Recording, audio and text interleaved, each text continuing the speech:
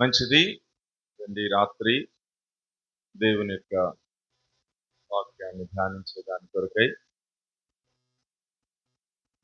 పరిశుద్ధ గ్రంథము నుండి క్రొత్త నిబంధన గ్రంథము అపోస్తలులైనటువంటి పౌలు రోమీయులకు రాసిన పత్రిక 12వ అధ్యాయము 2వ వచనాన్ని మనమందరం కలిసి చదువుకుందాం. అపోస్తలులైనటువంటి పౌలు రోమీయులకు రాసిన పత్రిక 12వ అధ్యాయము 2వ వచనాన్ని మనమందరం కలిసి చదువుకుందాం. కొత్త నిబంధనలో పేజీ సంఖ్య 142వ పేజీలో వ్రాయబడిన దేవుని వాక్యాన్ని బైబిల్ కలిగిన వారు, బైబిల్ చదవగలిగిన వారు నాతో కలిసి చదవడానికి ప్రయత్నం చేయండి. మీరు ఈ లోక మర్యాదను అనుసరింపక ఉత్తమమును అనుకూలమును సంపూర్ణమునై ఉన్న దేవుని చిత్తమేదో పరీక్షించి తెలుసుకున్నట్లు మీ మనస్సు మారి నూతన మగుట వలన రూపాంతరము పొంది. చిన్న ప్రార్థన. పరిశుద్ధుడు అయిన తండ్రి, ప్రేమ కలిగిన రక్షకుడా యేసు ప్రభువా, నీకు వేలాది వందనాలు, స్తుతి స్తోత్రాలు చెల్లిస్తున్నాము దేవా. ఉదయకాలం నుంచి ఇప్పటి వరకు మీ బలిష్టమైన రెక్కల నీడలో భద్రపరుచుకున్నారు, క్షేమంగా ఉంచారు. అందుని బట్టి స్తుతిస్తున్నాం. మిమ్మను వ్యక్తిగతంగా ఆత్మతో సత్యముతో ఆరాధించే కృపనిచ్చారు. మరి మమ్మల్ని మేము మీ వాక్యపు వెలుగులో జీవితాలను పరీక్షించుకుని సరిచేసుకుని యోగ్యమైన విధానంలో ప్రభు శరీర మాంసంలో పాలు పొందే అర్హతనిచ్చారు. స్తుతిస్తూ ఉన్నాం. మందిర సమృద్ధి నుండి ఏర్పాటు చేయబడిన ప్రేమ విందు సహవాసాన్ని బట్టి కూడా మీకు వందనాలయ్యా. మరలా ఈ రాత్రి కూడి కొరకు కూడా మీ నామంలో సిద్ధపరిచి తీసుకొచ్చిన మీ బిడ్డలందరిని బట్టి మిమ్మల్ని స్తుతిస్తూ ఉన్నాం. ఇప్పటి వరకు సియోను గీతాలతో మిమ్మల్ని కీర్తించుకొని ఆడే కృపనిచ్చారు. అందరిని బట్టి కూడా వందనాలు. ఈ సమయంలో కొద్ది సమయం దేవా, మరలా మీరు కొన్ని సంగతులు మాట్లాడితే మేము వినాలని ఆశపడి మీ వైపు చూస్తూ ఉండగా మీరే మాతో మాట్లాడి మహిమ పొందమని యేసుక్రీస్తు ప్రభు నామంలో స్తుతించి ప్రార్థిస్తున్నాము తండ్రి. ఉదయం నుంచి మనం కొన్ని సంగతులు చూస్తా ఉన్నాం. ఆరాధన వర్తమానంలో యేసు ప్రభు వారు ఎందుకు వచ్చారు ఈ భూమి మీదకి అంటే తండ్రి చిత్తమును నెరవేర్చడానికి కొరకే ఆయన వచ్చాడని, మరి ఆయన ఎడల దేవుని యొక్క చిత్తం ఏమై ఉందో ఒక 5 సంగతులు మనం చూసుకుని, మరి ఏ రీతిగా యేసు ప్రభు వారు సంపూర్ణముగా దేవుని యొక్క చిత్తాన్ని జరిగిస్తూ వచ్చారో, ఆయన దేవుని చిత్తాన్ని జరిగించడం ద్వారా మరి వ్యక్తిగతంగా మనకు కలిగినటువంటి మేలేంటో, ఆశీర్వాదం ఏంటో మరికొన్ని సంగతులు మనం జ్ఞాపకం చేసుకుని వాటిని హేతువు చేసుకుని కొద్దిసేపు ప్రభువుని మనం ఆరాధన చేస్తూ వచ్చాం. ఆ తర్వాత మరి బలవర్తమానంలో మన ఎడల దేవుని చిత్తం ఏంటి, మరి మనం కూడా దేవుని చిత్తాన్ని సంపూర్ణముగా నెరవేరుస్తున్నామా లేదా అని మనల్ని మనం పరీక్షించుకుని సరి చేసుకుని అలాగు చేసి ఆ రొట్టెలో పాలు పొందేదాని కొరకు, మరి ఆ ద్రాక్షరసంలో పాలు పొందేదాని కొరకు మరలా మనం ఒక 7 సంగతులు ధ్యానం చేస్తూ వచ్చాం. మన పక్షముగా అసలు దేవుని చిత్తం ఏమై ఉన్నది అంటే దాంట్లో ఒక 7 సంగతులు మనం చూస్తూ వచ్చాం. మనం పరిశుద్ధముగా ఉండడమే దేవుని యొక్క చిత్తమని, దైవ చిత్తానుసారమైనటువంటి మరి రక్షణార్థమైన మారుమనసు అనుభవంలోనే తీసుకొచ్చేటటువంటి కన్నీటి ప్రార్థనా జీవితమే మనం కలిగి ఉండడం దేవుని చిత్తమని, మరి ఇట్లా ఇంకా కొన్ని సంగతులు మనం చూస్తా వచ్చాం. మనము మరి ఏ రీతిగా దేవుని చిత్తాన్ని నెరవేర్చాలో, మన పట్ల దేవుని చిత్తం ఏంటో మనం చూస్తూ వచ్చాం. మంచిది. ఈ రాత్రి మనం ఏం చూద్దామంటే, పొద్దున వ్యక్తిగతంగా నీ పట్ల దేవుని చిత్తం ఏంటో చూసాం కదా. ఈ రాత్రి నీ కుటుంబ పక్షముగా దేవుని చిత్తం ఏంటో అనేది మరలా ఒక 7 కుటుంబాల గురించి బైబిల్లో త్వరగా చెప్పేస్తాను. ఎక్కువసేపు చెప్పను, మీరు పొద్దున్న నుంచి అలసిపోయి ఉన్నారు కాబట్టి త్వరగా చెప్పేస్తాను. రండి చూద్దాం. ఇప్పుడు ఈ రాత్రి ఏమని రాసుకోవాలి? పొద్దున మొదటి ఆరాధన వర్తమానం యొక్క అంశం ఏంటి? దేవుని చిత్తాన్ని సంపూర్ణంగా నెరవేర్చిన యేసుక్రీస్తు అని ఆరాధన వర్తమానం నేర్చుకున్నాం. ఆ తర్వాత నా ఎడల దేవుని యొక్క చిత్తము ఏమిటి అని మళ్ళీ ఒక 7 పాయింట్లు రాసుకున్నాం. ఇప్పుడు ఏం రాయాలి మనము? నా కుటుంబము పట్ల దేవుని యొక్క చిత్తం ఏంటి అని రాసుకుంటే గబగబా దేవుని వాక్యంలో నుంచి కొన్ని కుటుంబాలని మనం చూద్దాం. దాని కొరకై మొదటి మాట యెహోషువ గ్రంథము 24వ అధ్యాయం 15వ వచనం ఏమని రాయబడి ఉంది చదవండి. యెహోషువ గ్రంథము 24వ అధ్యాయం 15. యెహోవాను సేవించుట మీ దృష్టికి గనుక ఒకవేళ కీడని గనుక చూస్తే మీరు ఎవరిని సేవించెదరో ఆ నదికి అవతల వైపున ఉన్నటువంటి మీ పితరులు సేవించిన దేవతలను సేవిస్తారో, అమోరియల దేశమున మీరు నివసించుచున్నారే అక్కడున్న వాళ్ళ దేవతలను సేవిస్తారో, మీ ఇష్టం, చాయిస్ ఈజ్ యువర్స్, తీర్మానం మీదే, మీరే కోరుకోండి ఎవరిని సేవిస్తారో. మీరెవరిని సేవింపగోరినను నేనును నా ఇంటి వారును యెహోవానే ఏం చేస్తాం చెప్పండి, సేవిస్తాం. ఇప్పుడు చూడండి, ఇది ఎవరి కుటుంబం? ఇది యెహోషువ కుటుంబం. అసలు కుటుంబం పట్ల దేవుని యొక్క చిత్తం ఏంటి అంటే, మనం ఉపోద్ఘాతంలో చూడాలి అంటే అసలు మొట్టమొదటిగా దేవుడు ఆ ఒక కుటుంబ వ్యవస్థను తయారు చేశాడు. అదే పొద్దున మనం చూస్తూ వచ్చాం. ఆదాము ఒంటరిగా ఉండడము అది మంచిది కాదు అని ఆదాముకి గాఢనిద్రను కలుగజేసి అతని ప్రకటెముకలో నుంచి మరి ఒక స్త్రీని నిర్మించి మాంసంతో మరి ఆయన ముందు నిలబెట్టి వారిద్దరిని కూడా వివాహ వ్యవస్థలో వారిద్దరిని కూడా జతపరిచి, అంటే కుటుంబ వ్యవస్థలో జతపరిచి వారి యొక్క కుటుంబాన్ని స్థాపిస్తూ వచ్చినాడు దేవుడు. మొదటి కుటుంబము ఆదాము హవ్వలతో ప్రారంభమైంది. ఆ రోజున ఆ కుటుంబం పట్ల దేవుని యొక్క చిత్తం ఏంటి అంటే, ఆదికాండం 1వ అధ్యాయం 28వ వచనంలో రాయబడి ఉంటది, దేవుడు వారిని ఆశీర్వదించెను. ఎట్లనగా మీరు ఫలించి అభివృద్ధి చెంది విస్తరించి భూమిని నిండించి దానిని లోపరుచుకోండి. అంటే వారిద్దరిని వివాహ వ్యవస్థలో లేదా ఒక కుటుంబ వ్యవస్థలో జతపరచడానికి కలిగిన ప్రాముఖ్యమైనటువంటి దేవుని యొక్క ఉద్దేశం, దేవుని యొక్క చిత్తం ఏంటి అంటే, కుటుంబముగా వారేం చేయబడాలా? ఆశీర్వదించబడాలి, ఫలించాలి, విస్తరించాలి, అభివృద్ధి చెందాలి, సమస్తాన్ని కూడా వారు లోపరుచుకోవాలి. This is the will of God. కుటుంబం ఏడల ఇది దేవుని యొక్క చిత్తం. ఈ రోజుల్లో మనం చాలా కుటుంబాలు చూస్తా ఉంటే ఎట్లయిపోతున్నాయి అంటే, ఆ కుటుంబాలు వారి సొంత చిత్త ప్రకారం నడుస్తున్నారు కుటుంబాలు. అందువల్ల వారి జీవితంలో వారు ఏమవుతున్నారు తెలుసా? నష్టపోతా ఉన్నారు. కానీ ఇప్పుడు మనం చదివినటువంటి ఈ ప్యాసేజ్ లో సందర్భం ఏంటి? యెహోషువ మిగతా ఇశ్రాయేల్ ప్రజలతో ఇట్లా అంటా ఉన్నాడు. ఏమని అంటున్నాడు? మొత్తం అన్ని దాటేసి వచ్చినారు, యోర్దాను దాటేసి వచ్చినారు, అన్ని కూడా పంచేసినాడు, ఎవరికి రావాల్సిన వాళ్ళకి పంచాడు. ఇప్పుడు ఆల్మోస్ట్ అక్కడ కనాను దేశం వరకు వాళ్ళు వచ్చేసినారు, ఎంటర్ అయిపోయింది. ఇప్పుడు యెహోషువ వాళ్ళతో మాట్లాడుతున్నాడు, మీరు నదికి అద్దరనున్నటువంటి దేవతలను సేవిస్తారో, లేకపోతే మీరు అమోరీయుల ప్రాంతంలో నివసిస్తున్నారు కదా, వాళ్ళు ఒక దేవతను సేవిస్తారు కదా, ఆ దేవతను సేవిస్తారో మీరే కోరుకోండి అన్నాడంటే అప్పటికి వాళ్ళు ఎట్లున్నారు చెప్పండి? వాళ్ళు సగం సగం జీవితం జీవిస్తున్నారు వాళ్ళు.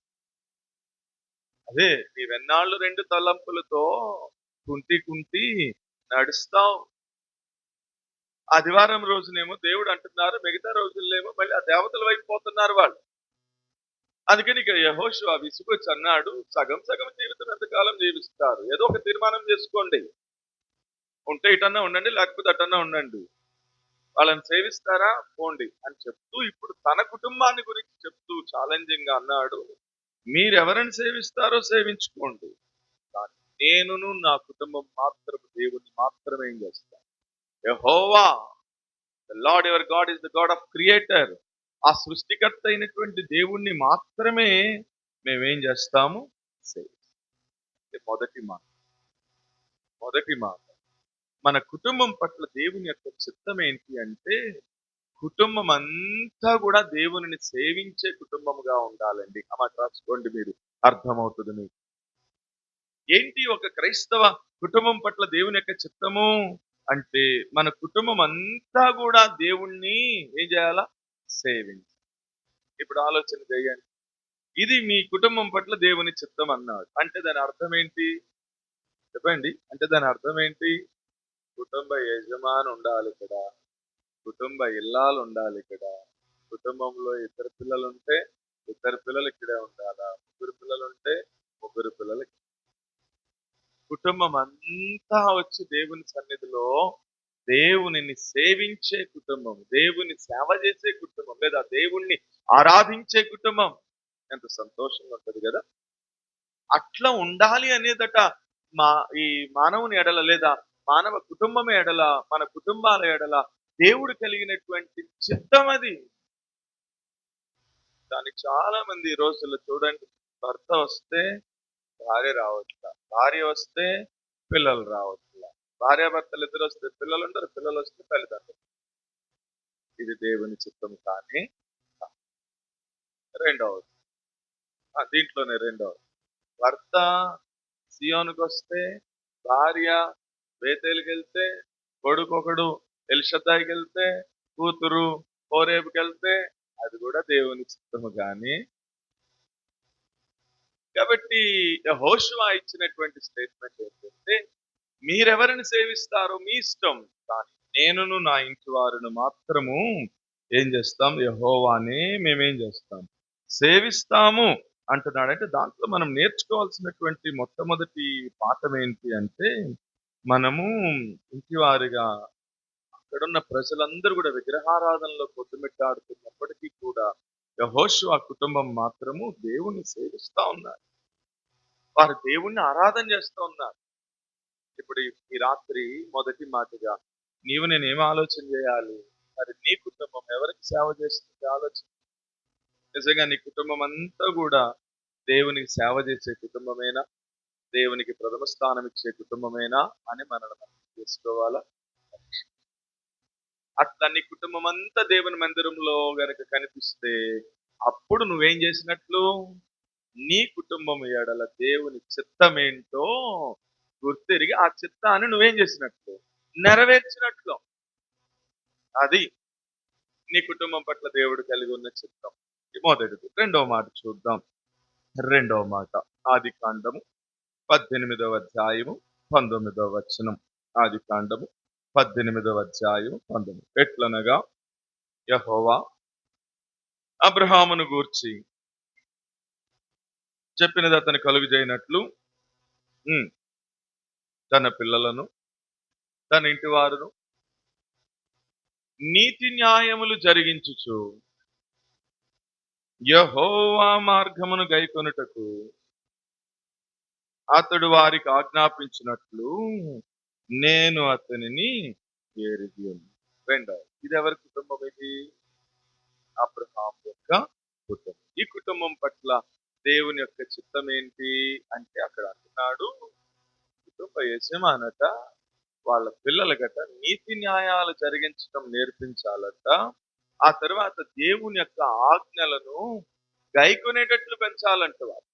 అంటే ఇట్లా రాసుకుంటారా? రెండవది, నీ కుటుంబం పట్ల దేవుడు కలిగి ఉన్నటువంటి రెండవ చిత్తం ఏంటి అంటే, దేవుని మార్గములో పిల్లల్ని ఏం చేయాలి, నడిపించాలి. మాట రాసుకోండి, దేవుని మార్గంలో పిల్లల్ని నడిపించాలా.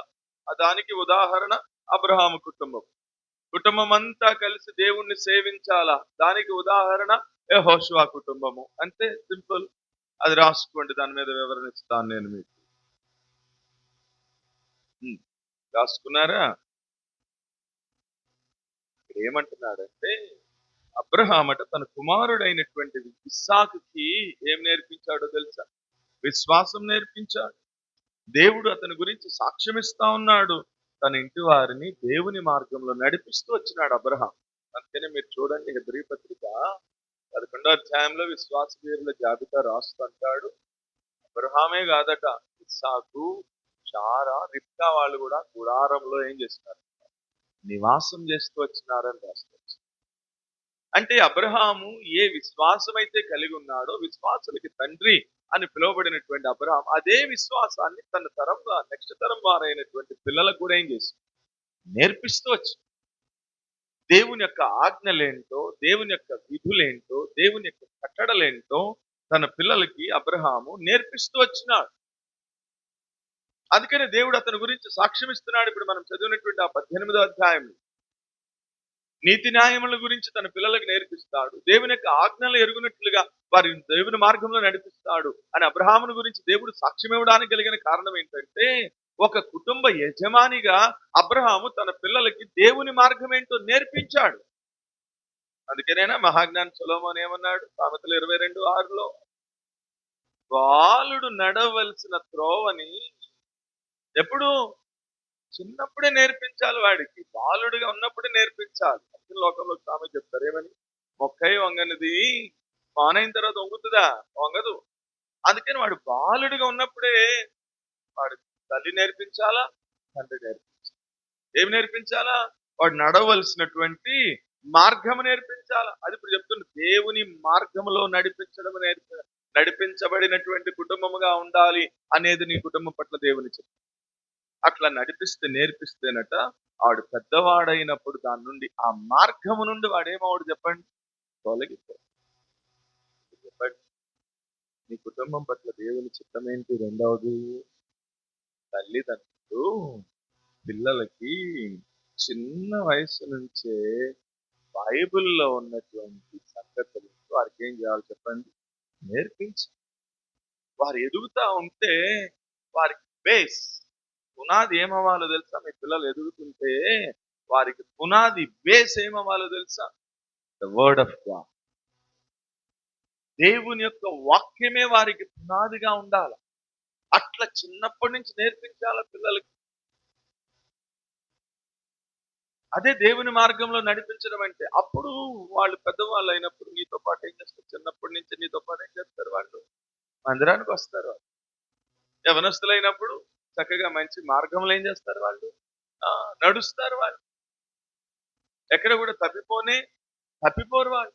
అదే నువ్వు చిన్నప్పుడు నేర్పించలేదు అనుకో, వాడు యవనస్తులైన తర్వాత మార్గం తప్పి తిరుగుతుంటాడు. ఇక అప్పుడు నువ్వు ఇక్కడికి వచ్చి ఏడుస్తూ ఉంటావు, అని మా వాడి పరిస్థితి, వాడు తప్పిపోయినాడు, వాడు చెడు తిరుగుళ్ళు తిరుగుతున్నాడు, వాడు చెడు స్నేహాలు చేస్తున్నాడు, చెడు మార్గంలో వెళ్ళిపోతున్నాడు అన్న, వాడు నశించిపోతున్నాడు, వాడి కొరకు ప్రార్థన చేయి అని ఈ రోజున ఏడుస్తున్నావు. ఎందుకు ఏడుస్తున్నావు? నువ్వు చిన్నప్పుడు నీ కుటుంబం పట్ల దేవుని చిత్తం ఏంటో నువ్వేం చేయలేదు, గుర్తెరిగినట్లయితే వాడిని చిన్నప్పటి నుంచే అబ్రహాము కుటుంబం లాగా వాడిని దేవుని మార్గంలో నువ్వేం చేసేవాడివి, నడిపించావు. జాగ్రత్త క్రైస్తవ కుటుంబమా, ఈ రాత్రి ఇక్కడ కూర్చుని దేవుని వాక్యాన్ని వింటున్న క్రైస్తవ కుటుంబమా, నీ కుటుంబం పట్ల కూడా దేవునికి ఒక చిత్తం ఉంది, దేవునికి ఒక ప్రణాళిక ఉంది. ఆ దేవుని చిత్తాన్ని, ఆ దేవుని ప్రణాళికని నువ్వు గుర్తెరిగి ఆ దేవుని చిత్తాన్ని నెరవేరిస్తే అప్పుడు నీ కుటుంబం ఏమవుతుంది చెప్పండి, ఆశీర్వదించబడుతుంది. అసలు నీ కుటుంబం పట్ల దేవుని చిత్తం ఏంటో గుర్తెరగకుండా నువ్వు ఆ చిత్తాన్ని నెరవేర్చుకోకుండా నాకు ఆశీర్వాదం కావాలని ఎట్లా వస్తుంది ఆశీర్వాదం కదా? కాబట్టి ఒకటి జాగ్రత్త నోట్ చేసుకోండి. ఒకటి అన్ని నోట్ చేసుకోకపోయినా మెయిన్ పాయింట్ అయినా మీ మైండ్ లో నోట్ చేసేసుకోండి.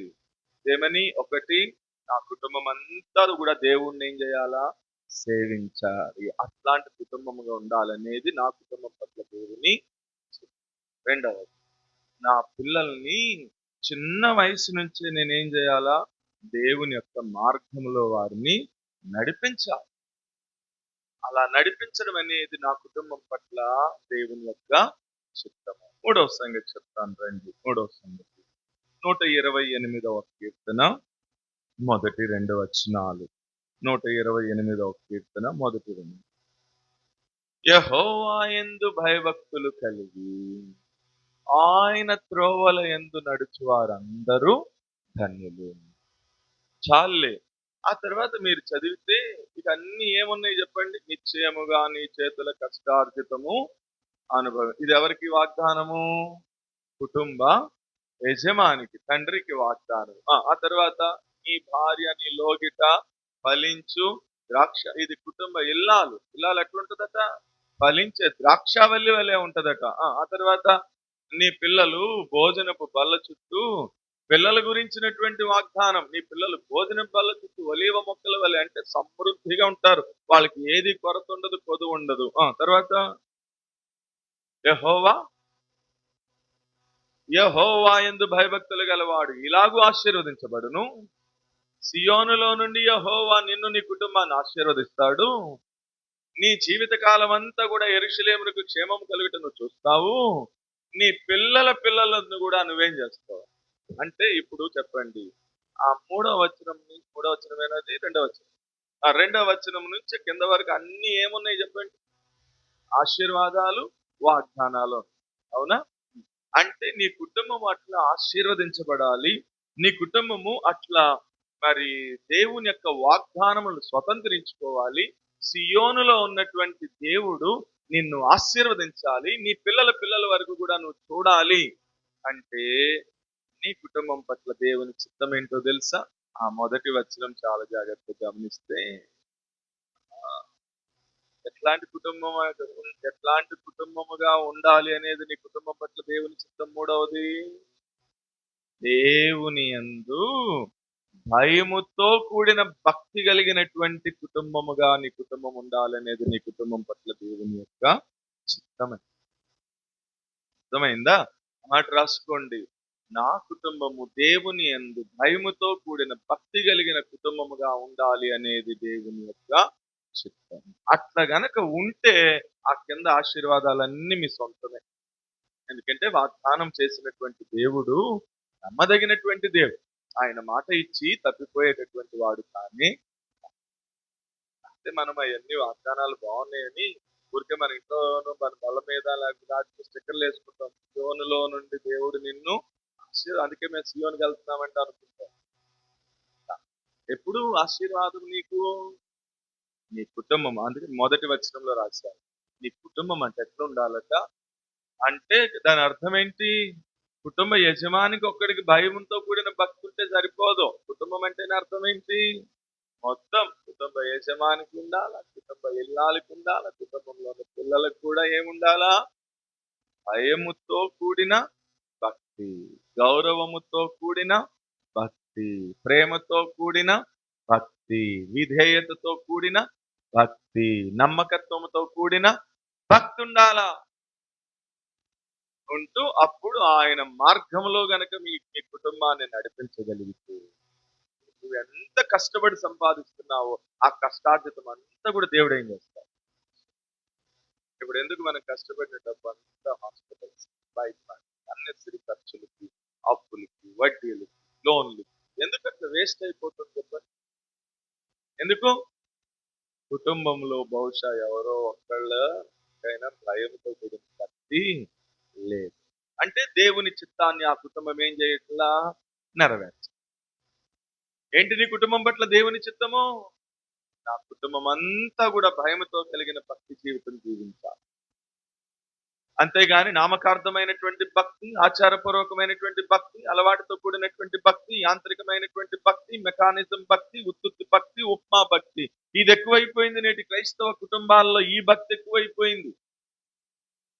అంతేగాని భయంతో కూడినటువంటి భక్తి కలిగిన కుటుంబాలు కనిపించట్లేదు కాబట్టే ఆ కుటుంబము దేవుని యొక్క చిత్తాన్ని నెరవేర్చట్లేదు కాబట్టి ఆ కుటుంబంలో అక్కడ కింద ఇవ్వబడినటువంటి దేవుడిచ్చినటువంటి వాగ్దానములు, ఆశీర్వాదములు వారు స్వతంత్రించుకోలేకపోతున్నారంటే తప్పు కాదేమో. కాబట్టి జాగ్రత్త విశ్వాసం.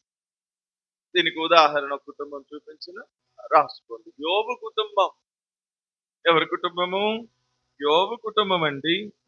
యోబు దేవునికి భయపడేవాడు. ఆ మాట దేవుడు సాక్ష్యమిస్తున్నాడు మొదటి అధ్యాయంలో. అతడు దేవునికి భయపడేవాడు, చెడుతనమును విసర్జించినటువంటి వాడు, యథార్థవంతుడు అని అనేకమైన విషయాలు యోబుని గురించి దేవుడు ఏం చేస్తున్నాడు? సాక్ష్యం ఇచ్చాడు. అతడు దేవునికి భయపడేవాడు కాబట్టే రోజు కూడా మొదటి అధ్యాయం 5వ వచనం ఏమని రాయబడి చదవండి. యోబు గ్రంథం మొదటి అధ్యాయం 5వ వచనం. అమ్మా పూర్తి కాగా తన కుమారులు ఎక్కడైనా పాపం చేస్తారేమో, ఒకవేళ వారి హృదయాల్లో దేవుణ్ణి దూషిస్తారేమో, దేవుడంటే భయము లేనటువంటి భక్తిలోకి వెళ్ళిపోతారేమో అని భయపడి వారందరిని పిలిచి కూర్చోబెట్టి వారిని పవిత్రపరిచి పొద్దున్నే లేచి ప్రతి వాడి కొరకు ఏం చేసేవాడట? ఇట్లన్నా ప్రతి వాడి కొరకు ఏం చేసేవాడు? ప్రార్థన చేశాడు. చూసావా ఎట్లా పెంచుతున్నాడు పిల్లల్ని? ఒకవేళ బయట లిటరల్ గా పాపం చేయడం తప్పు చేయడం కాదట, హృదయంలో కూడా పాపం చేస్తారేమో అని భయపడుతున్నారు యజమాని. అంటే ముందు యజమానికి దేవుడంటే భయం ఉంటే, ఇల్లాలకి దేవుడంటే భయం ఉంటే ఆటోమేటిక్ పిల్లలు కూడా ఏం చేస్తారు, అట్లాగే పెంచుతారు. నేను ఒక మాట చెప్తాను, ఈ రోజున నీ పిల్లలు భయం లేకుండా బ్రతుకుతున్నారంటే అసలు ముందు నీకు దేవుడు అంటే ఏం లేదు. నేను ఇలాగే చెప్తా, ఎవరైనా వచ్చి అన్న నా పిల్లడు అస్సలు నా మాట అనట్లేదన్న, ఆడు నా మీద తిరుగుబాటు చేస్తున్నాడు అని అస్సలు నా మాట అనట్లేదన్నా అంటే నేనేమంటానంటే, నీ కడుపును పుట్టిన నీ కొడుకు నీ మాట వినట్లేదు అంటే బహుశా నువ్వు దేవుని మాట వినట్లేదు. అందుకని వాడిని అందుకని వాడు నీ మాట వినట్లా. అందుకని ఇప్పుడు నువ్వు పని చేయి, వాడిని నువ్వు ఎంత కొట్టినా ఎంత తిట్టినా వాడి మీద తిరుగుబడతాడు, గొడవ అవుతుంది, దానివల్ల ప్రయోజనం లేదు. నువ్వేం చేస్తావు తెలుసా? దేవుని దగ్గర ఒప్పుకో, దేవా నన్ను క్షమించు, బహుశా నేను నీ మాట వినట్లేదేమో, అందుకని నా బిడ్డలు నా మాట వినట్లా, ఈ రోజు నుంచి నేను నీ మాట వింటానయ్యా అని దేవుని దగ్గర తీర్మానం చేసుకో. వెంటనే వాడు కూడా నీ మాట ఏం చేస్తాడు. యోబు యోబు యోబు కుటుంబం ఎందుకు ఉదాహరణగా చూపించాలి మీకంటే, యోబు దేవునికి భయపడేవాడు. అట్లాగే వారి పిల్లల్ని కూడా ఎట్లా పెంచుతున్నాడు? దేవుని భయంలో పెంచాడు, దేవుని భక్తిలో పెంచాడు. అంటాడు 6వ అధ్యాయంలో, నీ భక్తి నీకు ధైర్యము పుట్టించదా. కాబట్టి నేను ఒక మాట చెప్తాను, దేవుని భయమే ప్రతి కుటుంబానికి కూడా, దేవుని భయమే ఆ కుటుంబానికి రక్షణ. కాబట్టి మన పిల్లలకి చిన్నప్పటి నుంచి ఏం నేర్పించాలా? దేవుని భయాన్ని నేర్పించాలి పిల్లలు. కొంతమంది చిన్న చిన్న పిల్లలు వస్తారు నా దగ్గర, వాళ్ళతో మాట్లాడేటప్పుడు భలే ముచ్చటేస్తుంది, వాళ్ళ తల్లిదండ్రులు ఎంత బాగా నేర్పించారు వాళ్ళు. ఏరా అబద్ధం చెప్తున్నావా, నువ్వు బూతులు మాట్లాడుతున్నావా అన్నామనుకో, పిల్లలే 4 సంవత్సరాలు, లేదంకుల్ అబద్ధం చెప్తే ఏసయ్య నరకంలో వేసేస్తాడు. సో అంటే వాళ్ళ అమ్మ చిన్నప్పటి నుంచి ఏం నేర్పించింది వాడికి? భయం నేర్పించింది. నువ్వు ఏదన్నా తప్పు చేసినా, లేకపోతే నువ్వు ఏదైనా బూత్ మాటలు మాట్లాడినా, లేకపోతే పిల్లలది ఏదైనా పెన్సిల్ కానీ ఎరేజర్ కానీ దొంగతనం చేసి దాచుకున్నా, లేకపోతే నువ్వు టీచర్ గారు ఏదైనా అడిగితే అబద్ధం చెప్పినా, ఏసై ఏం చేస్తాడు నిన్ను? సండే స్కూల్ టీచర్స్ అట్లా నేర్పిస్తాడు, ఏసై నరకంలో వేసేస్తాడు. ఇప్పుడు వెంటనే వాడికి ఏమొచ్చేసింది ఆ చిన్న వయసులోనే? భయం వచ్చింది. నరకంలో వేస్తాడు ఏసై, ఏసై కొడతాడు, కాబట్టి నేను ఈ పని నేర్పించాలి. అదే నేనేమంటానంటే, కుటుంబానికి దేవుని భయమే ఆ కుటుంబాన్ని రక్షణలోకి తీసుకొస్తుంది. ఎందుకు పిల్లలు రక్షించబడట్లా? నువ్వు ఎప్పటి నుంచో మందిరానికి వస్తున్నావు, నువ్వు ఎప్పటి నుంచో భక్తి చేస్తున్నావు, కానీ నీ పిల్లలు ఈ రోజున తాగి రోడ్ల మీద తిరుగుతున్నారంటే వాడికి ఎందుకని దేవుని భయం రాలా? చిన్నప్పటి నుంచి దేవుని భయాన్ని వాడికి ఏం చేయాల? నేర్పించాలి. యోబు అట్లా కాదు, యోబు దేవుని భయం నేర్పించాడు వాళ్ళు. ఒక్కొక్కడి కొరకు ఏం చేసినాడట? ప్రార్థన చేసినాడు. దేవుని భయం వాళ్ళకు ఉండాలి అని ప్రార్థన చేసినాడు. జాక్పోనన్ గారు కూడా చెప్తాడు ఆయన సాక్ష్యం, ఆయన 4 కొడుకులు ఉన్నారు. ఆయన ఇట్లా ప్రార్థన చేసేవారట, ఆయన సాక్ష్యంలో చెప్తారు, దేవా నా కొడుకులు 4 యవనస్తులు, ఒకవేళ వాళ్ళు నీ మార్గాన్ని గాని నీ వాక్యాన్ని గాని అధిగమించి నీ మార్గాన్ని తప్పి గాని వెళితే వాళ్ళ కాళ్ళు ఇరక్కొట్టైనా సరే నీ మార్గంలో తీసుకురాయ్యా అని ప్రార్థన చేసేవారు. అట్లా దేవుని భయం చిన్నప్పటి వాళ్ళు నేర్పించాడు కాబట్టి వాళ్ళు ఏం తగ్గిపోలేదులేండి. ఈ రోజున 4 పెద్దవాళ్ళు అయ్యారు, 4 ఒక మంచి సేవకులు. సూజన్ వెస్లీ, జాన్ వెస్లీ వాళ్ళ అమ్మ, ఈ జాన్ వెస్లీ గారు, ఈ సూజన్ గారు. చరిత్రలో జాన్ వెస్లీ, ఆ జాన్ వెస్లీ వాళ్ళ అమ్మ సూజన్ వెస్లీ ఎంతమంది పిల్లలు తెలుసా? 19 మంది పిల్లలంట.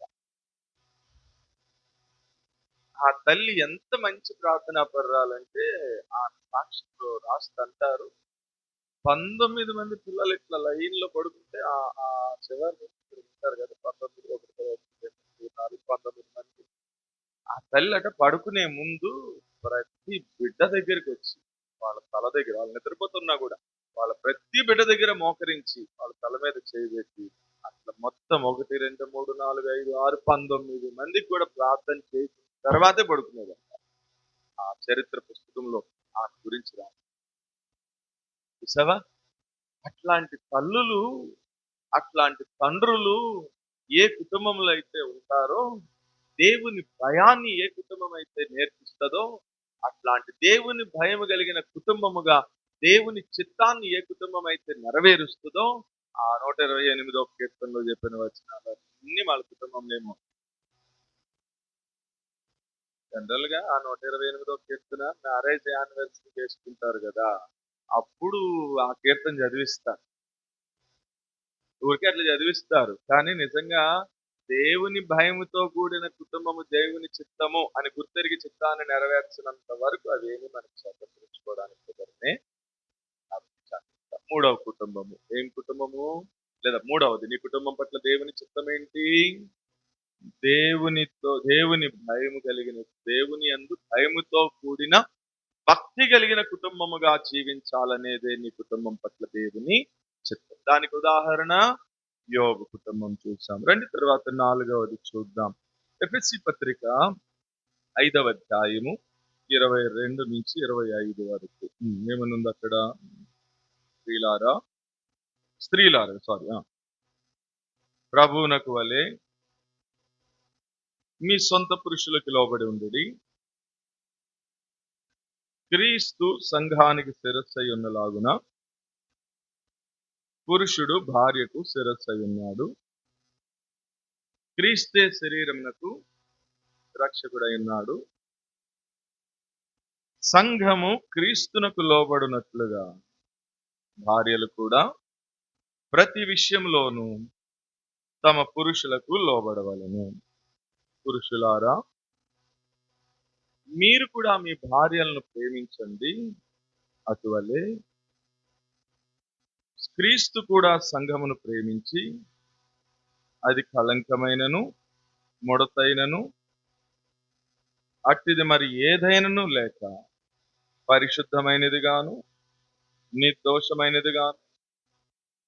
చాలే, ఆ వచనాలన్నీ మనకి తెలియజేస్తుందంటే, 4వది, నీ కుటుంబం పట్ల దేవుని యొక్క చిత్తం ఏంటి అంటే, భార్యాభర్తల మధ్య క్రీస్తు ప్రేమ కలిగినటువంటి కుటుంబముగా మీరు ఉండాలి అనేది మీ కుటుంబం పట్ల దేవుని యొక్క చిత్తం.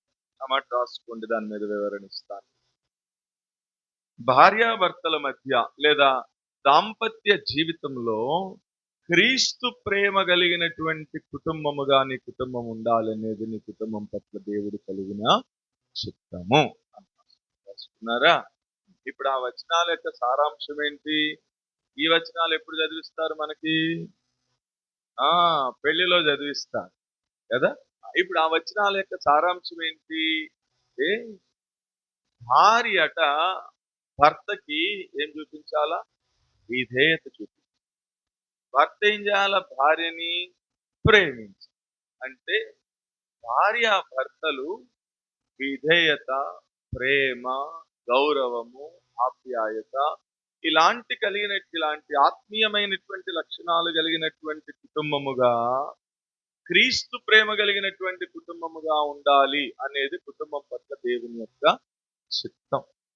అందుకు పెళ్లి చేసేటప్పుడు అది చదివించి ఈ వివాహ వ్యవస్థను ప్రారంభించిన వాడు దేవుడు కాబట్టి, దేవుడు జతపరిచిన వారిని ఏ మనుష్యుడు కూడా ఏం చేయకూడదు, వేరు చేయకూడదు అని చెప్పడానికి కలిగినటువంటి ప్రాముఖ్యమైనటువంటి కారణం ఏంటి అంటే, భార్యాభర్తలు ఎట్లా ఉండాలంటే వాళ్ళిద్దరి మధ్య ప్రేమ ఉండాలి, గౌరవం ఉండాలి, ఆప్యాయత ఉండాలి, అనురాగం ఉండాలి. అట్లుండాలి ఆ కుటుంబంలో. కొన్ని కుటుంబాలు చూడండి ఎట్లుంటాయి. ఎప్పుడు ఏం చేస్తుంటారు వాళ్ళిద్దరు? ఎప్పుడు కీసులు ఆడుకుంటానే ఉంటారు, ఎప్పుడు కొట్టుకుంటానే ఉంటారు కదా. అట్లా ఉండడం దేవుని యొక్క చిత్తము. కానీ దీనికి ఉదాహరణ ఎవరి కుటుంబము? ఇస్సాకు, రిబ్కా. వారిద్దరి వివాహము ఎట్లా జరుగుతూ వచ్చింది? దేవుని చిత్తములో జరిగినటువంటి వివాహం ఆశీర్వదించబడుతూ వచ్చింది. కాబట్టి మన కుటుంబంలో కూడా ఎట్లుండాలి అంటే, భార్య భర్తకి విధేయత చూపించాలండి. ఇప్పుడు చూడండి ఎట్లా ఉంది. అంత టోటల్ ఉల్టా కదా! మనం ఏదైనా ఒక మాట చెప్తే సరే అనే భార్యలుంటాయి చెప్పండి. ఇప్పటికైనా రెడీ నేను.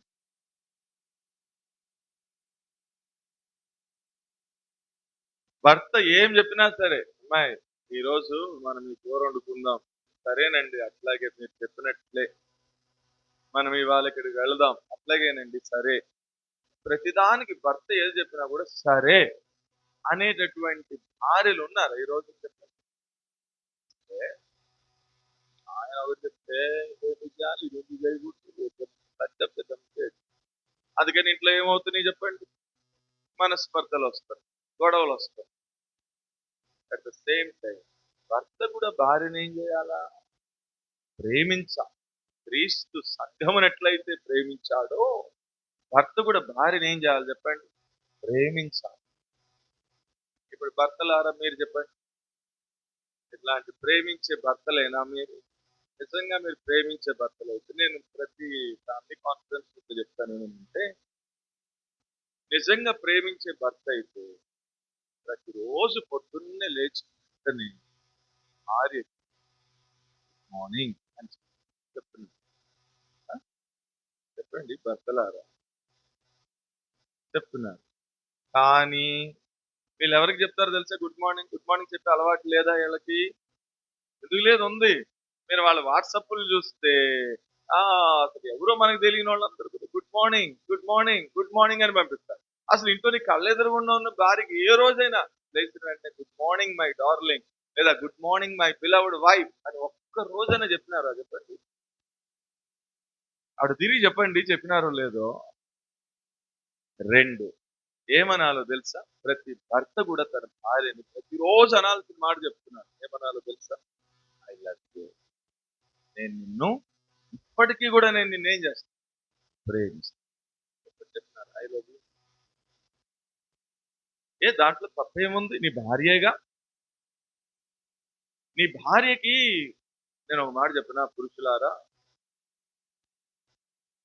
ఆడవాళ్ళ యొక్క మెంటాలిటీ ఎట్లా ఉంటుంది చెప్పిన, మీరు వాళ్ళకి 5,000 10,000 రూపాయలు పెట్టి పట్టు చీర కొట్టి తేవాల్సిన అవసరం లేదు, లేకపోతే బంగారు నగలు చేసి పెట్టాల్సిన అవసరం లేదు.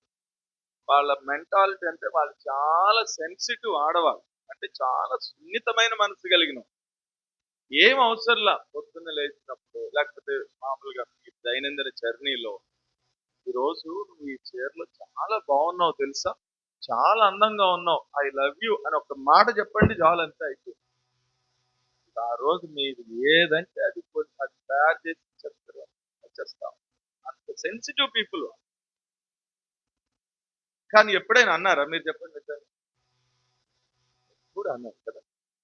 మళ్ళీ అనే అలవాటు లేదా వీళ్ళకి? ఎందుకు లేదు? ఆ ఫేస్‌బుక్కుల్లో, ఆ వాట్సాప్‌లో మెసేజ్ పెడతారు. ఏమని? Oh! You are looking so cute. నువ్వు చాలా బాగున్నావు. యూ ఆర్ లుకింగ్ గుడ్ అని మెసేజ్ కామెంట్స్ పెడుతుంటారు. ఆ మాట భార్యకి ఎందుకు చెప్పకూడదు?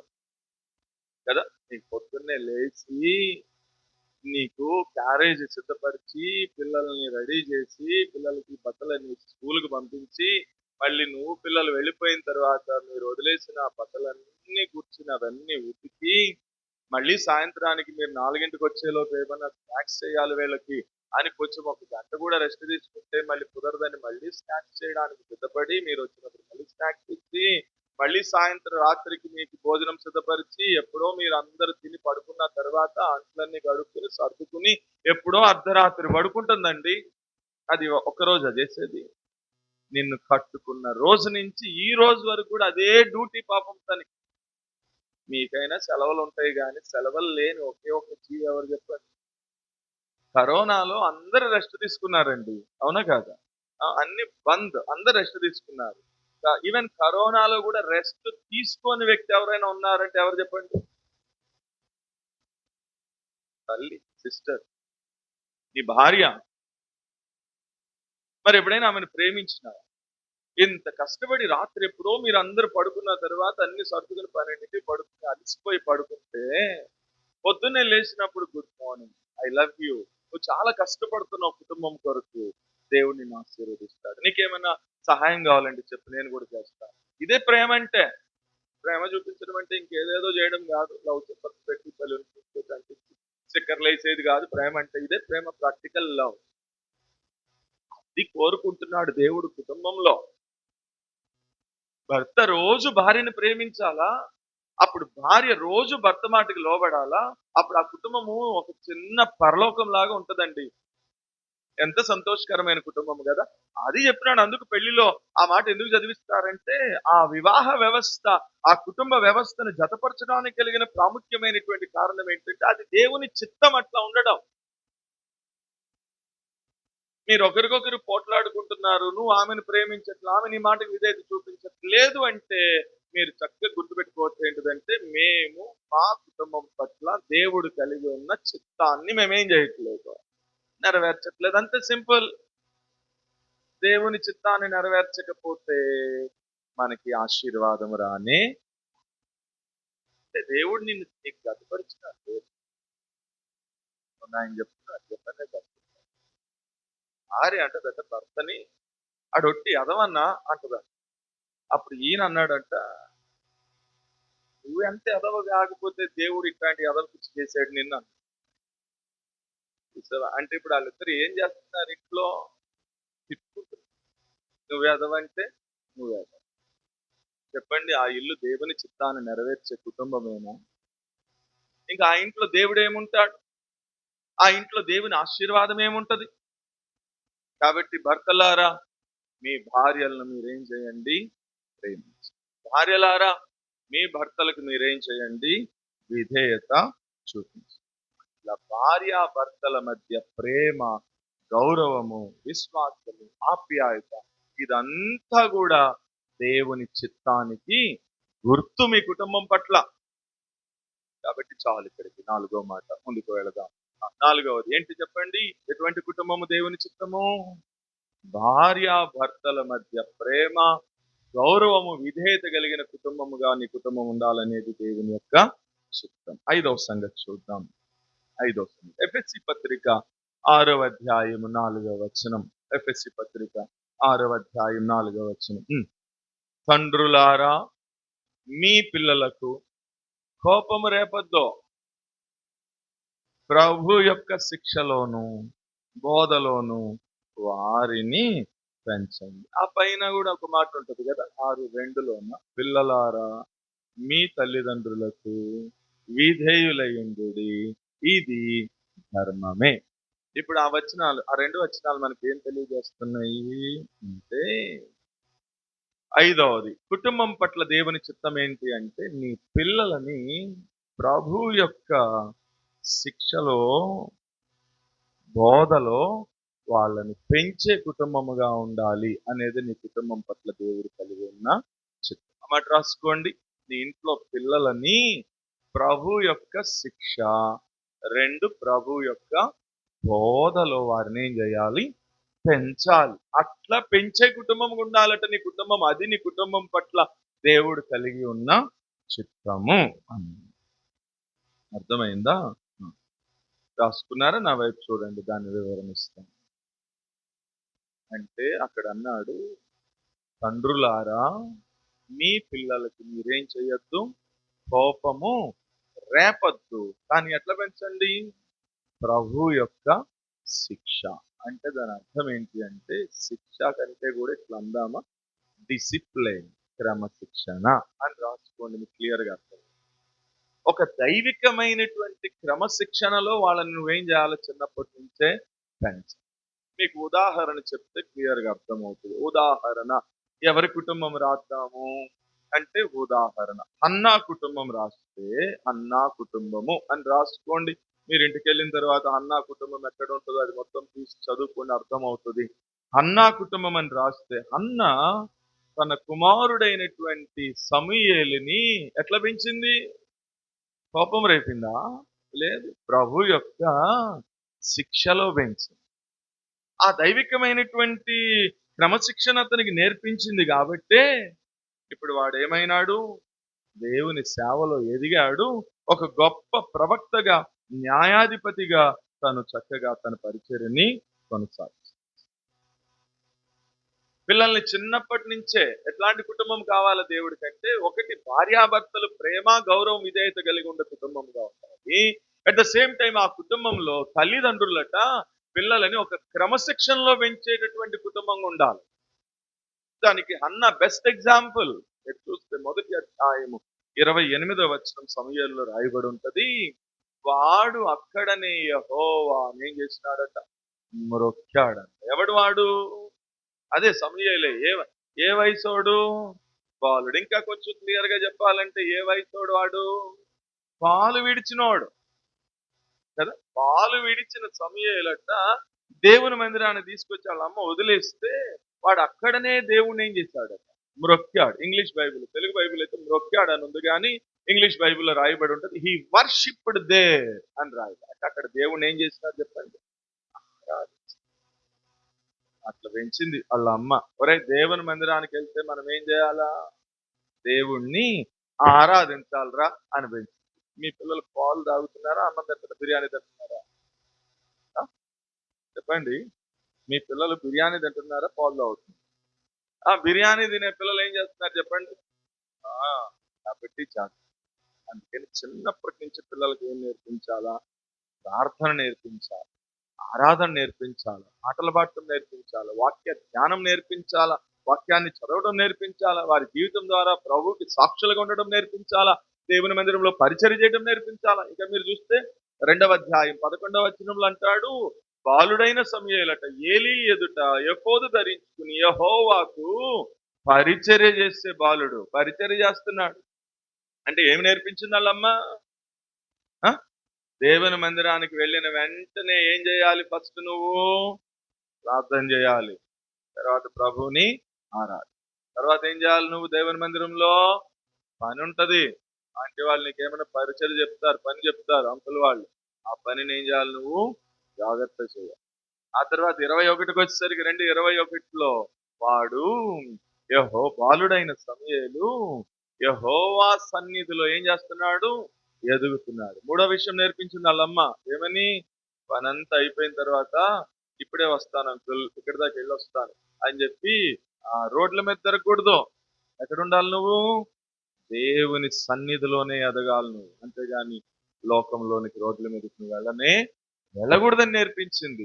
ఇంకేం నేర్పించింది? 26వ వచనంలో అతడు ఇంకనూ యెహోవా సన్నిధిలో ఎదుగుచు దేవుని దయందును మనుషుల దయందును ఏమవుతున్నాడు? వర్ధిల్లుతున్నాడు. చూసావా? అందరితో మంచిగా ఉండాలి సమయంలో. నువ్వు అక్కడ దేవునితోనే కాదు, అక్కడ వచ్చేటటువంటి పెద్దవాళ్ళందరితో కూడా మంచిగా ఉండాలి. అప్పుడే నువ్వు ఆత్మీయంగా ఏమవుతావు తెలుసా? వర్ధిల్లుతావు అని నేర్పించింది. ఇంకేం నేర్పించింది? 3వ అధ్యాయం 10వ వచనంలో ప్రభువా, చిత్తము ప్రభువా, నీ దాసుడు ఆలకించుతున్నాడు, ఆజ్ఞ ఇమ్ము అన్నాడంటే దేవుని యొక్క స్వరాన్ని వినే వ్యక్తిగా ఉండడం నేర్పించి. సమయంలో దేవుని మందిరంలో అనాలోచితంగా ఉండొద్దు. దేవుని వాక్యం చెప్పేటప్పుడు దేవుని దాసులు, లేదా దేవుడు నీతో మాట్లాడుతున్నప్పుడు దేవుని స్వరాన్ని వినాలి సమయంలో అని నేర్పించింది వాళ్ళ అమ్మ. నేను చెప్పాను చెప్పండి? 5. 1 దేవుని ఆరాధించడం నేర్పించింది, 2 దేవునికి పరిచర్య చేయడం నేర్పించింది, 3 దేవుని సన్నిధిలో ఎదగడం నేర్పించింది, 4 దేవుని సన్నిధిలో వర్ధిల్లడం నేర్పించింది, 5 దేవుని యొక్క స్వరాన్ని వినడం నేర్పించింది. అప్పుడు 3:19 అంటాడు, ఇప్పుడు సమూయేలు పెద్దవాడు కాగా యెహోవా అతనికి తోడై ఉన్నాడు కాబట్టి దాను అనే ఊరు మొదలుకొని బెయర్షెబా అనే ఊరు వరకు అతడు ప్రవక్తగా స్థిరత. అతడు ఏది చెప్తే అదేమైంది? ఉంది వాళ్ళమ్మ అక్కడ? ఉంది వాళ్ళమ్మ అక్కడ? లేదు. ఎప్పుడు నేర్పించింది అమ్మా? వాడిని ఎప్పుడు తీసుకొచ్చి వదిలింది మందిరంలో? పాలు విడిచిన వెంటనే వదిలింది. అంటే ఎప్పుడు నేర్పించింది? ఎప్పుడు నేర్పించింది? పాలు తాగేటప్పుడే నేర్పించింది. అది హన్నా నీకు నేర్పిస్తున్న పాలు. ఆ కుటుంబం ఆశీర్వదించబడ్డానికి కలిగిన కారణం ఏంటంటే దేవుని చిత్తాన్ని నెరవేర్చినటువంటి కుటుంబం. ఏంటి దేవుని చిత్తము? పిల్లలని ప్రభు యొక్క శిక్షలో, ప్రభు యొక్క బోధలో, ప్రభు యొక్క సేవలో, ప్రభు యొక్క సన్నిధిలో ప్రభు స్వరాన్ని వినేటటువంటి వాడిగా, అట్లా ఎదిగేటటువంటి వాడిగా పెంచుతూ వచ్చింది. ఎప్పుడు? పాలు తాగేటప్పుడు నేర్పించింది వాడికి. ఇప్పుడు పాలు తాగడం ఎప్పుడైతే మానేసాడు తీసుకొచ్చి మందిరంలో వదిలేసింది. పాలు తాగేటప్పుడు వాళ్ళ అమ్మ ఏమేమి నేర్పించిందో వాళ్ళ అమ్మ లేకపోయినా కానీ అన్నీ చేశాడు. మీ పిల్లలకి ఏం నేర్పిస్తున్నావు కానీ మీ పిల్లలు పాలు తాగడం ఎప్పుడో మానేసి మీ పిల్లలు అన్నం తింటం మొదలు పెట్టినారు. అన్నం కూడా దాటి ఇప్పుడు బిర్యానీ తినే స్టేజ్కి వచ్చేసినారు. మరి నువ్వేం నేర్పించినావు నీ పిల్లలకి చెప్పు. కాబట్టి నీ కుటుంబం పట్ల దేవుని చిత్తం ఏంటంటే అట్లా అన్న కుటుంబం లాగా నీ కుటుంబంలో పిల్లలు కూడా దేవుని మందిరంలో ఏం చేయాలి తెలుసా? ఆరాధన చేయాలి. పిల్లలు అట్లా గేట్లో నుంచి వచ్చి రావడంతోనే వాడు అక్కడ మోకరించి చిన్న ప్రార్థన చేసుకుని అప్పుడు బయటికి రావాలి. బయటకు వచ్చి నాకేమైనా పని ఉందా అండి, నేను ఏమైనా పని చేయనా, లేకపోతే ఇది ఓడవనా, లేకపోతే చేపలైనా అని పని చేయాలి. అట్లా నేర్పించండి మీ పిల్లలకి. అట్లా నేర్పించడం అట అది దాన్ని ఏమన్నాడు, it is called divine discipline, దైవిక క్రమశిక్షణ. మీ పిల్లలకి కోపం రాకుండా అలా దేవుని క్రమశిక్షణలో వాళ్ళని పెంచండి, ఇది నాకు చిత్తం అన్నాడు దేవుడు. గర్భఫలము యెహోవా ఇచ్చు బహుమానం, కుమారులు ఆయన అనుగ్రహించు స్వాస్థ్యం, కుమార్తెలు ఆయన యొక్క బహుమానం, గిఫ్ట్ ఆఫ్ గాడ్. కాబట్టి ఎవరైనా కొంచెం బాగా పలుకుబడి డబ్బు కలిగిన వాళ్ళు మనకి ఏదైనా గిఫ్ట్ ఇచ్చారనుకోండి, అక్కడ పడేస్తామా? జాగ్రత్త దాచిపెట్టుకుంటాం. 10 మందికి చెప్తాం పలానా వాళ్ళు ఇచ్చారండి గిఫ్ట్ నాకు అని. అవునా? ఇప్పుడు ఈ గిఫ్ట్ ఎవరు ఇచ్చారు నీకు? దేవుడు శ్రేష్టమైన బహుమానం ఇచ్చినాడు దేవుడిని.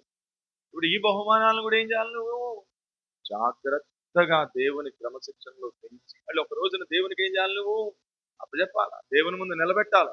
అప్పుడు దేవుడు శబాష్ భలా బిడ, నేను ఇచ్చిన గిఫ్ట్ ని చాలా జాగ్రత్తగా ఒక మంచి దైవికమైన క్రమశిక్షణలో ప్రభు యొక్క శిక్షలో ప్రభు యొక్క బోధలో పెంచావు, తల్లిగా నీ బాధ్యతను నెరవేర్చావు అని అప్పుడు దేవుడిని ప్రేమిస్తాడు. ఇప్పుడు ఈ పిల్లలు తప్పిపోతే ఎవరు దానికి బాధ్యులు? ఎవరి మీద దేవుడు నేరం మోపుతాడు? నీ మీదే, తల్లిదండ్రుల మీదే మోపుతాడు. వాడు తప్పిపోవడానికి ఎవరు కారణం? నువ్వే కారణం. ఎందుకని? వాడికి నేర్పించలా ఫస్ట్ నుంచి. వాడికి ఒక క్రమశిక్షణ నేర్పించలా, ప్రభు బోధ ఏంటో నేర్పించలా, దేవుని మందిరానికి ఎట్లా రావాలో నేర్పించలా. దేవుని మందిరంలో ఆడి బైబిల్ నువ్వు తీసుకురావడం కాదు, ఒరే నీ బైబిల్ నువ్వు మోసుకురారా అని తీసుకురావడం నేర్పించాలి. దేవుని మందిరానికి వచ్చిన వెంటనే మోకరించి ప్రార్థన చేయడం నేర్పించలా నువ్వు. కాబట్టి జాగ్రత్త. ముందుకు వెళదాం. ఏ కుటుంబం దేవుని చిత్తమైనటువంటి కుటుంబం ఎటువంటి కుటుంబము? నీ ఇంట్లో నీ కుటుంబంలో ఉన్న పిల్లలనట ప్రభు యొక్క శిక్షలోను బోధలోను పెంచేటటువంటి కుటుంబముగా నీ కుటుంబం ఉండడం అనేది నీ కుటుంబం పట్ల దేవుని యొక్క చిత్తం. 6వ సంగతి, కొలస్సీ పత్రిక 3వ అధ్యాయం 17వ వచనం. కొలస్సీ పత్రిక 3వ అధ్యాయం 17వ వచనం. మాట చేత గాని క్రియ చేత గాని ప్రభు అయిన యేసుక్రీస్తు ద్వారా తండ్రి అయిన దేవునికి కృతజ్ఞతాస్తుతులు చెల్లించుచు సమస్తమును కూడా యేసు ప్రభు వారి పేరటే మీరు చెయ్యండి అని. అంటే ఇది ఏ కుటుంబము అంటే నీ కుటుంబం పట్ల దేవుని యొక్క చిత్తం ఏంటి అంటే నీ కుటుంబంలో ఏది జరిగినా కూడా యేసు ప్రభు వారికి ప్రథమ స్థానం ఇచ్చే కుటుంబముగా ఉండాలనేది నీ కుటుంబం పట్ల దేవుని చిత్తం. అది రాసుకోవాలంటే కొంచెం మార్చి అక్కడ ఏమన్నా అంటే నువ్వు ఏమి చేసినా కూడా యేసు ప్రభు నామములోనే చేయాలి అన్నాడు పౌలు. అది మనకి కొంచెం అర్థవంతంగా రాసుకోవాలి అంటే యేసు ప్రభు నామంలో చేయడం అంటే అర్థం ఏంటి పాస్టర్ గారు అంటే ఏంలా, నీ కుటుంబంలో నువ్వు ఏ పని చేసినా గానీ ఫస్ట్ ప్రిఫరెన్స్ ఎవరికి ఇవ్వాలి చెప్పండి? దేవునికి ఇచ్చే కుటుంబం అయి ఉండాలి. రాసుకున్నారా? దాన్ని వివరిస్తాను. మీకు రాసుకున్నారా? అంటే చూడండి, ఇప్పుడు మనం కొన్ని ఇళ్ళకి వెళ్ళినప్పుడు వాళ్ళు ఒక పోస్టర్ పెడతారు, ఒక ఫోటో ఫ్రేమ్. దాంట్లో ఏమని ఉంటది? జనరల్ గా ఇంటి బయట కూడా పెట్టుకుంటారు వాళ్ళు. ఏమని? Christ is the head of this house. అంటే క్రీస్తే ఈ గృహానికి శిరస్సు లేదా అధిపతి. హెడ్ అంటే అధిపతి లేదా శిరస్సు అని పెట్టుకుంటారు. నిజమేనా చెప్పండి? నిజమేనా? దాంట్లో మనమే అధిపతులం. ఇంటికి అందరం ఎవరు పిచ్చినోడు ఆడు అందరూ మోనార్కులే. నేను చెప్పింది ఆమె చెప్పింది నేను పిల్లలు ఏమన్నారు, కానీ బయట బోర్డు మాత్రం ఏం పెట్టావు, Christ is the head of this house, అంటే క్రీస్తే ఈ గృహానికి అధిపతి అని పెట్టు. అనిపిస్తే మనమే ఆయనకి అధిపతులు లాగా ఉండదు. కాబట్టి ఏం చెప్తే క్రీస్తు కేంద్రిత కుటుంబముగా నీ కుటుంబం ఉండాలి అనేది దేవుని చిత్తం. ఇంకో మాట వచ్చింది, యేసుక్రీస్తుకే నువ్వు ప్రథమ స్థానం ఇచ్చే కుటుంబముగా ఉండాలి అనేది ఒక మాట అయితే, రెండో మాట క్రీస్తు కేంద్రిత కుటుంబముగా ఉండాలి. క్రైస్ట్ సెంటర్డ్ హౌస్ అంటే ప్రతిదీ కూడా యేసు ప్రభు పేరటే మనం ఏం చేయాలి చెప్పండి, జరిగింది. వేరే ఇంకెవరికి ఛాన్స్ ఉండకూడదు. కుటుంబానికి గృహప్రవేశానికి వెళ్తే మనకేమో పొద్దున మీటింగ్ 10, వాళ్ళేమో తెల్లారుజాము 2 3 మంచి ముహూర్తం ఉందంటే పంతులు గారు చెప్పాడట. ఆ ముహూర్తానికి ఆవును తీసుకుని వచ్చి దాంతో అన్ని కార్యక్రమాలు చేసి దాన్ని దాటించి గుమ్మడికాయలు కొట్టేసి ఆ ఇంట్లో వంటగదిలో పాలు పొంగిచ్చేసి దానికి మళ్ళీ పసుపు రాసి పరమాణం వండి అక్కడ పెట్టారు. పొద్దున ఏంటి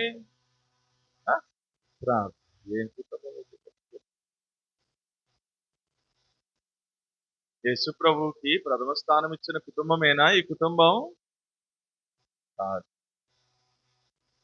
పెళ్లిళ్ళకి వెళ్తుంటే మొన్న ఏమో పెళ్లిళ్ళకి వెళ్తుంటే మొత్తం పందిరి వేశారు, మామిడాకులు కట్టారు. ఇప్పుడు ఆడి పెళ్లి కొడుకు ప్రార్థన చేద్దామని వస్తేనే మా చేతులు ఎంత పుష్పే.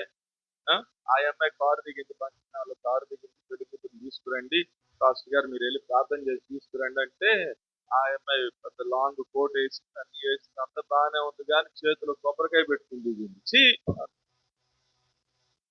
ఏమ్మా నీకేమైనా కళ్ళు తిరిగి కింద పడతావని చెప్పి మీ అమ్మ కొబ్బరికాయ ఇచ్చి పంపించింది కొట్టుకుని తాగమని. పక్కన కొబ్బరికాయ. అమ్మాయి దగ్గర బైబిల్ లేదు. ఈ పక్కన ఒక ఆమె పట్టుకుంటారుగా, నేను ఎక్కడ పడిపోతామో నేను ఆ పక్కన పట్టుకుని ఆమె దగ్గర చేతిలో ఉంది. అమ్మ నువ్వేమనుకోకుండా ఈ బైబిల్ అమ్మ చేతిలో అని చెప్తే అప్పుడు ఆ కొబ్బరికాయను కూడా ఎవరికి ఇస్తే ఆ బైబిల్ పట్టుకుంటే అప్పుడు ప్రార్థన చేసి తీసుకుంటాం. ఇక నాకు పెళ్లి ఇక అక్కడే బీపీ రేజ్ అయిపోయింది. ఇక అది ఎప్పుడు కంట్రోల్ అవుతుంది? ఇక పెళ్లి ప్రసంగం చేయమంటే పెళ్లి ప్రసంగం లేదు, ఇక అంతా ఇదే ప్రసంగం. ఏం కుటుంబం అండి కుటుంబము చెప్పండి? ఎవరికి నువ్వు ప్రథమ స్థానం ఇచ్చేది? కొబ్బరికాయలు. ఎవరికి ప్రథమ స్థానం ఇవ్వాలా?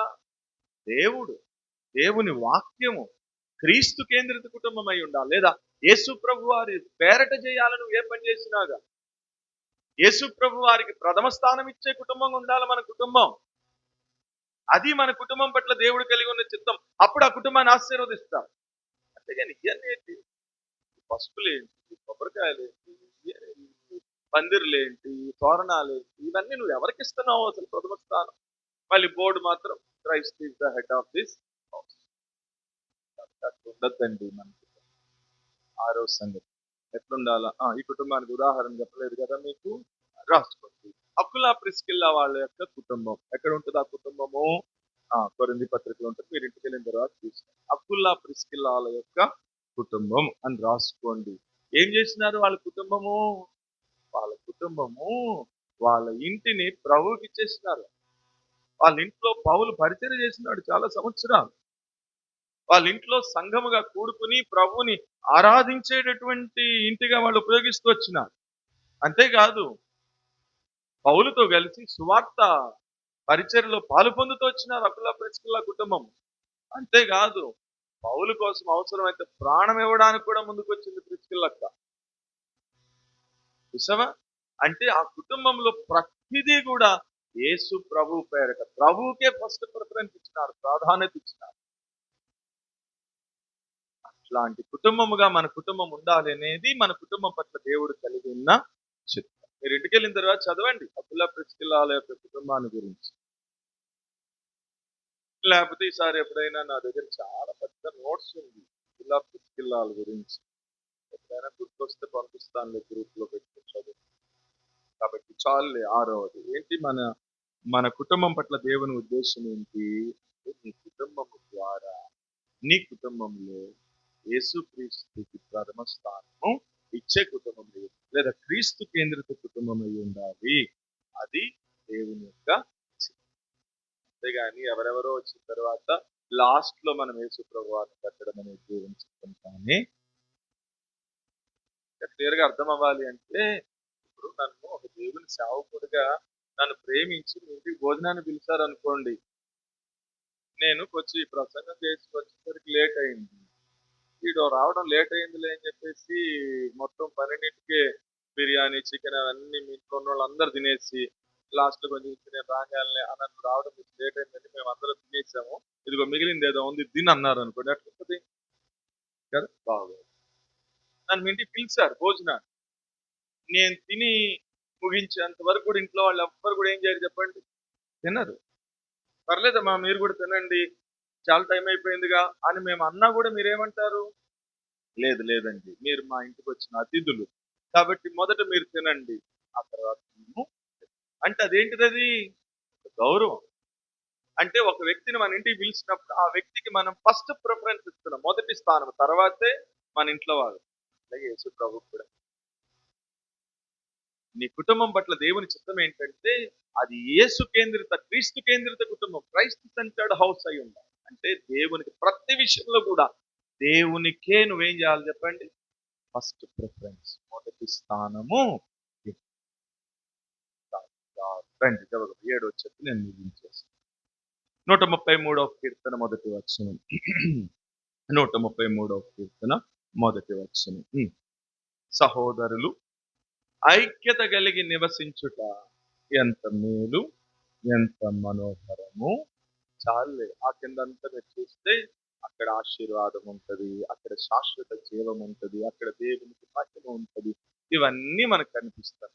అంటే ఇప్పుడు 7వది ఏమని రాస్తాము, ఏ కుటుంబము, దేవుని, మన కుటుంబం పట్ల దేవుని చిత్తము ఏంటి అంటే ఐక్యత కలిగిన కుటుంబం, సహోదరులు సహోదరి. ఇంట్లో ఎవరుంటారు, అన్న ఉంటాడు, తమ్ముడు ఉంటాడు, అక్క ఉంటది, చెల్లి ఉంటది, అందరు ఉంటారు కదా. వీళ్ళందరూ ఎట్లా ఉండాలంట, ఐక్యత కలిగినటువంటి కుటుంబముగా ఉండాలి అనేది దేవుని యొక్క చిత్తం మీ కుటుంబం పట్ల. అట్లా ఉంటే ఆ 133వ కీర్తనలో చెప్పినట్లుగా అక్కడ శాశ్వత జీవం ఉంటది, అక్కడ ఆశీర్వాదం ఉంటది, అక్కడ అన్నీ ఉంటాయి. కాబట్టి అది దేవుని యొక్క చిత్తము. రాసుకున్నారా? అంటే దాని అర్థం చెప్తా. అంటే ఏ కుటుంబంలో అయితే ఐక్యత ఉంటుందో, ఏ కుటుంబంలో అయితే ప్రేమ ఉంటుందో, ఏ కుటుంబంలో అయితే సమాధానం ఉంటుందో అక్కడ దేవుని చిత్తం అనేది సంపూర్ణంగా ఏం చేయబడుతుంది చెప్పండి, నెరవేర్చబడుతుంది కదా. దీనికి ఉదాహరణ నోవా కుటుంబం రాసుకుంటాం కదా. నోవాకి ఎంతమంది పిల్లలు, ముగ్గురు. ఎవరాళ్ళు, నేను అంత లెంగ్త్ అడగలేదు, ఎవరాళ్ళంటే ముగ్గురు అన్నదమ్ములు కదా. ముగ్గురు అన్నదమ్ములకి ఏముంది చెప్పండి, ఐక్యత ఉంది. ముగ్గురికి ముగ్గురు భార్యలు ఉన్నారు, తోటి కోడళ్ళకు కూడా ఏముంది చెప్పండి, ఐక్యత ఉంది. కాబట్టి ఆ కుటుంబాన్ని దేవుడు ఏం చేశాడు, ఆశీర్వదించాడు, రక్షించాడు, వరదలో ఆ జలప్రళయంలో కొట్టుకుపోకుండా. అబ్బా, అట్లాంటి అన్నదమ్ములు, అలాంటి తోడు కోడళ్ళు ఉన్న ఒక కుటుంబం చూపించండి చూస్తా నేను ఈ రోజున. ఇదివరకటి రోజుల్లో ఎంత మంది ఉన్నా కూడా ఒక్కటే పొయ్య, ఒక్కటే కుండ, అంతేనా. ఇప్పుడు ఈ గదిలో ఒక గ్యాస్ పొయ్యి కనిపిస్తుంది, గ్యాస్ బండ కనిపిస్తుంది, ఆ గదిలో గ్యాస్ పొయ్యి కనిపిస్తుంది, ఇంకో గ్యాస్ బండ. ఉన్నది ఇద్దరు అన్నదమ్ములే, ఇద్దరు తోటి కోడళ్ళే, కానీ ఎవరి వంట, ఎవరి పొయ్య వీళ్ళే. ఈమెమో, ఈ కోడలేమో అన్నం పెడితే, ఆ కోడలేమో కూర వేస్తే ఇప్పుడు వీళ్ళిద్దరు ఏం చేస్తుంది, తింటుంది. ఇంకేం ఐక్యత, నా పొంద ఐక్యత ఇంకేముంటుంది ఆ కుటుంబంలో, ఆశీర్వాదం. నోవహు కుటుంబంలో ముగ్గురు అన్నదమ్ములు, ముగ్గురు తోటి కోడళ్ళు, అందరికి ఐక్యత ఉంది. కాబట్టి నోవాహు అన్నాడు, రండి మనం ఓడలోకి వెళ్ళాలి, జలప్రలయం వస్తుంది అంటే ఊళ్ళో వాళ్ళందరూ ఐక్యత లేదు, నమ్మలేదు, నోవాహు మీరు పోరా అన్నారు. వీళ్ళు ఐక్యత కలిగిన వాళ్ళు కాబట్టి మా నాన్న ఎందుకు చెప్తున్నాడు, మన మంచి కోసమే, రండి అని చెప్పి మొత్తం ఆరుగురు ఐక్యత కలిగి దేవుని ఓడలో ప్రవేశించారు, రక్షించారు. ఇప్పుడు నీ ఇంట్లో ఐక్యత ఉందా దేవుని కదా. వారి కుటుంబం అంతా కూడా దేవుని వాక్యానికి విధేయులవుతూ వచ్చినారు. ఐక్యత కలిగారు కాబట్టి ఆ ఓడలోనికి ప్రవేశించారు. వారి ఐక్యతే వారికి ఏమిచ్చింది చెప్పండి? రక్షణ పొందడానికి హేతు అవుతూ వచ్చింది. కాబట్టి ఏడవది, నీ కుటుంబం పట్ల దేవుడు కలిగి ఉన్నటువంటి బాధ్యత ఏంటి అంటే, ఐక్యత కలిగిన కుటుంబంగా ఉండాలి. ఇంట్లో ఎంతమంది ఉన్నా కూడా అందరికీ ఒకటే మాట ఉండాలి. ఐక్యత ఉండాలి, యూనిటీ. అందుకనే కదా మనకి చిన్నప్పుడు 1వ తరగతిలో పాఠం ఉండేది. ఏమని? ఐకమత్యమే మహాబలం. నాలుగు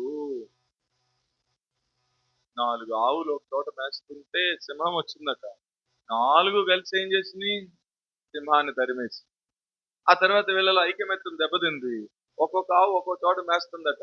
సింహం వచ్చి రోజుకి ఒకదాన్ని ఏం చేసింది. ఇప్పుడు దాంట్లో మనకేమి నీతి చెప్తారు కింద మోరల్ ఆఫ్ ద స్టోరీ? నీతేంటి? ఐకమత్యమే మహా. ఒక తండ్రికి నలుగురు కొడుకులు ఉన్నారట.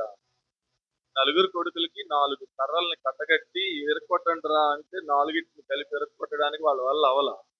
ఆ తర్వాత ఒక్కొక్క కర్ర విడివిడిగా తీసేసి ఒక్కొక్క కర్ర ఇస్తే ఒక్కొక్క కర్రని ఏం చేసినారు? విరక్కొట్టేశారు. ఇప్పుడు ఆ చిన్న కథకి కింద నీతేమన్నాడు? కలిసి ఉంటేనే కలదు సుఖం. కలిసి లేకపోతే ఎవరైనా సరే వచ్చి ఏం చేస్తారు? ఒక క్రైస్తవ కుటుంబం పట్ల దేవుడు కలిగి ఉన్న చిత్తం ఏంటి అంటే, ఆ కుటుంబంలో ఉన్న వారందరూ సహోదరులు, సహోదరీలు అందరూ కూడా ఎట్లా ఉండాలంటే చెప్పండి? ఐక్యత కలిగినటువంటి కుటుంబముగా. దేవుడు ముగించేస్తుంది. దేవుడు మన నుండి కోరుకునేది మన కుటుంబమట ఆయన చిత్తానుసారమైనటువంటి కుటుంబముగా ఉండాలి. అంటే మనం కూడా యెహోషువ లాగా చెప్పాలా. ఏమని? నిశ్చయముగా చెప్పాలి, కాన్ఫిడెంట్ గా. ఏమని? నేనును నా ఇంటి వారము యెహోవాని సేవిస్తాం. దేవుని యొక్క చిత్తాన్ని గుర్తెరిగి దేవుని చిత్తాన్ని నెరవేర్చేటటువంటి కుటుంబము ఎప్పుడు కూడా ఆ కుటుంబాన్ని దేవుడు ఏం చేస్తాడు తెలుసా? ఆశీర్వదిస్తాడు. కాబట్టి మన కుటుంబాలు ఆశీర్వదించబడాలి అంటే నీ కుటుంబం పట్ల దేవుని చిత్తం ఏంటో గుర్తెరిగి అట్లా కుటుంబముగా కూడా నువ్వు దేవుని చిత్తాన్ని ఏం చేయాలి? జరిగి మధ్యాహ్నం ఏమో వ్యక్తిగతంగా నీ పట్ల దేవుని చిత్తం ఏంటో 7 మాటలు చెప్పాను. అట్లా వ్యక్తిగతంగా దేవుని చిత్తాన్ని నెరవేరిస్తే దేవుడు నిన్ను బలపరుస్తాడు, ఆశీర్వదిస్తాడు. ఇప్పుడు రాత్రి నీ కుటుంబముగా దేవుని చిత్తం ఏంటో గుర్తెరిగి దేవుని చిత్తాన్ని నెరవేర్చే కుటుంబం నీ కుటుంబం అయితే నీ కుటుంబాన్ని ఖచ్చితంగా దేవుడు ఆశీర్వదిస్తాడు. దావీదు అన్నట్టు నా కుటుంబము నిత్యము దేవుని సన్నిధిలో ఆశీర్వదించబడినటువంటి కుటుంబముగా ఉంటుంది. ఉండాలంటే ఏమేం చేయాలో చూశారుగా. భార్య, భర్త, పిల్లలు, సహోదరులు అందరూ కూడా ఎట్లుండాలా? ప్రేమ కలిగి ఉండాలి. దేవుడు అంటే భయం కలిగి ఉండాలి. గౌరవం కలిగి ఉండాలి. విధేయత కలిగి ఉండాలి. ఐక్యత కలిగి ఉండాలి. ఇట్లా దేవుని సేవ చేసే కుటుంబం అయి ఉండాలి. ఈ సంగతులు మనం చూస్తాం. కాబట్టి ఈ రీతిగా మన కుటుంబము దేవుని చిత్తాన్ని నెరవేర్చే కుటుంబముగా ఉంది. దేవుని ఆశీర్వాదాన్ని పొందే కుటుంబముగా దేవుడు మన కుటుంబాలను సిద్ధపరచునుగాక. కళ్ళు మూసుకుందాం, కళ్ళు మూసుకుందాం. ముగింపు ప్రార్థన ఆశీర్వాదంతో ఈ రాత్రి కూడికని మనం ముగించుకుందాం.